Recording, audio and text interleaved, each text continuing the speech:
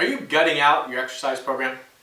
Are you using your gut to make decisions that's in your best interest for your body? Look, the problem is if you use your gut to decide, some days you just don't have the same energy, right?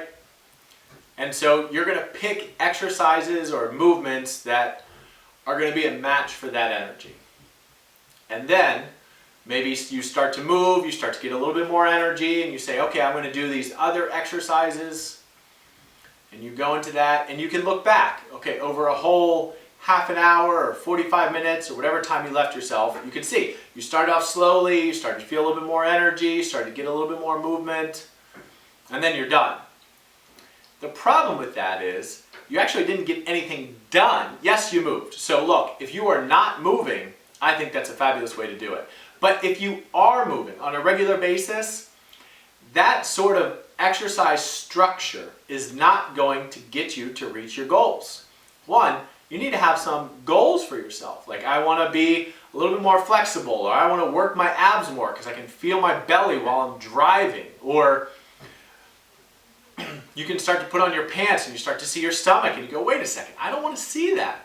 It's okay to have those goals, to be motivated to do that.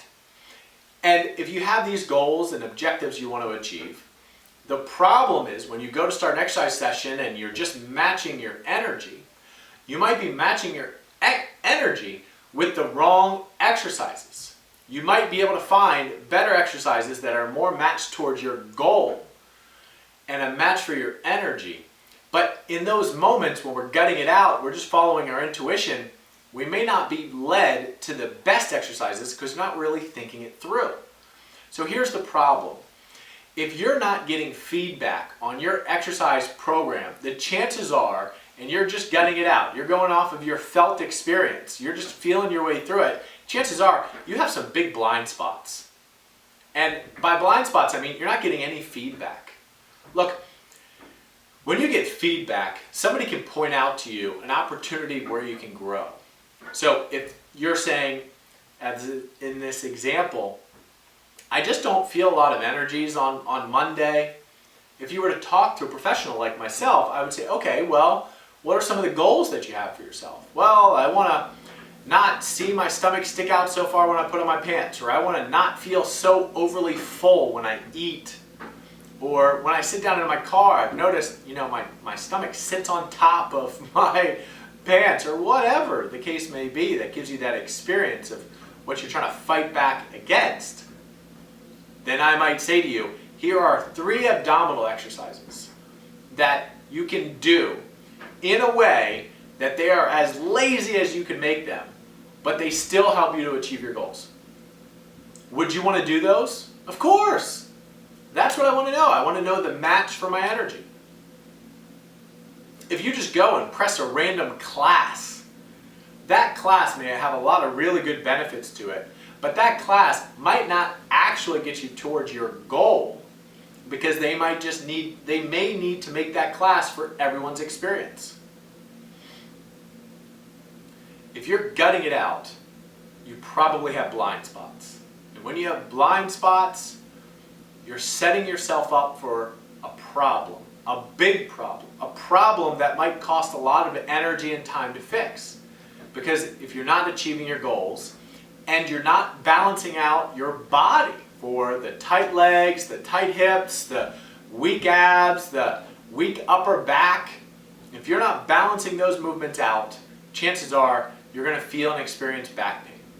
It's going to feel like it's just throbbing and you just can't get past it. And you're going to sit in a chair and on a couch and on the floor and wonder, why am I having this experience? The chances are a lot led up to that experience of the body that you have. And a part of that came from not having feedback. So if you gut out your exercise programs, you might have a really sharp intuition on what to choose. But chances are you're missing something.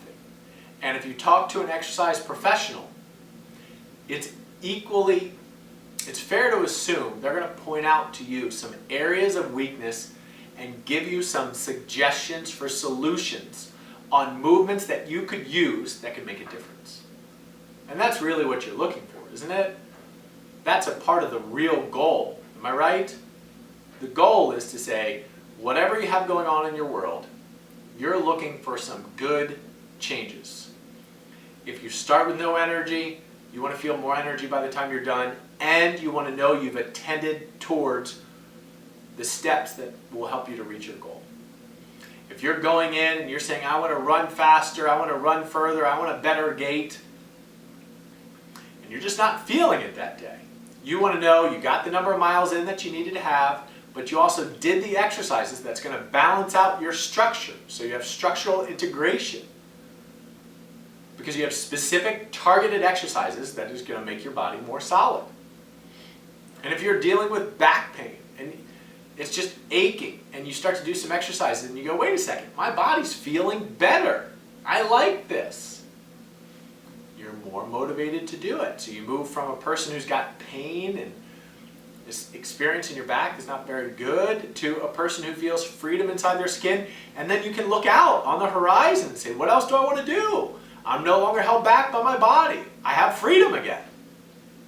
So we're all looking for changes.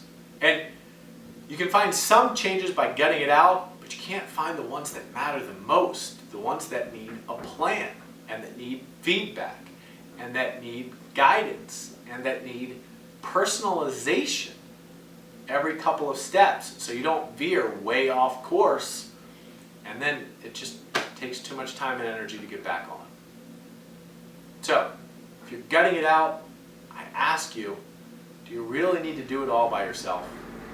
So if you like this, check out DominicSessa.com. Check out my YouTube for some other really great videos.